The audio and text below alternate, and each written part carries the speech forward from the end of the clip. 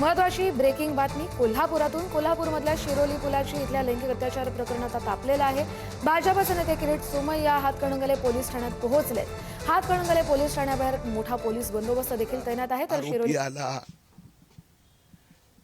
कारण महाराष्ट्रात गेले 1 महिन्यात एप्रिल महिन्यात हे 6वं अशा प्रकारचं प्रकरण बाहेर आले आणि सगळ्या ठिकाणी कुठे 2 डझन कुठे 12 डझन सगळ्या ठिकाणी कोण आहे?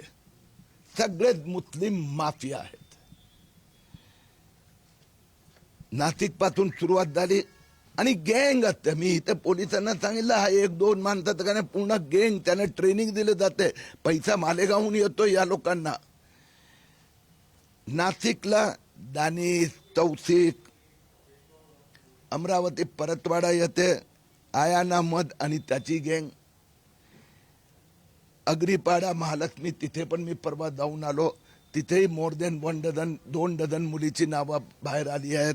तिथे अशरफ सिद्दीकी, घाटकोपरला फिरोज इक्बाल, तो मीरा रोडला जो प्रसंग झाला थोडा वेगळा पण त्याच पद्धतीचा धर्म जिहादवाला तो जय जुबेर आणि इथे शाहिद सानदे. म्हणजे आहे कोण? दानिश आहे, तौसिक आहे, आयान आहे, अहमद आहे, अशरफ आहे, फिरोज आहे, जैब आहे, शाहिद आहे. हे सगळं धर्मांध कट्टरपंथी फॅनेटिक टेररिस्ट मुस्लिम माफियांचं काम आहे. हिंदू मुलींना हिंदूंना घाबरवणं आणि त्यासाठी मी मान्य मुख्यमंत्री कार्यालयात पण विनंती केली आहे.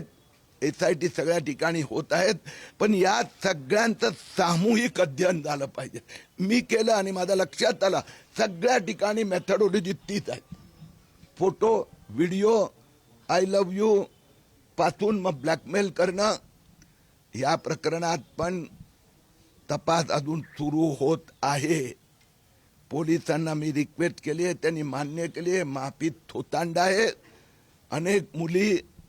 आणि मी जनतेला आवाहन करू इच्छितोय हे तुम्ही लोकांच्या लक्षात आणून दिलं. तुमच्यामुळे हे बाहेर आलं.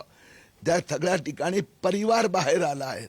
तर बाकी लोकांनी पण आपल्या मुलींसोबत अशा प्रकारचे षडयंत्र ते शिकार होत असेल माहिती द्यावी, ज्याच्यामुळे कायमसाठी हे जिहाद माफियांचा आपण महाराष्ट्रात अंत आणू.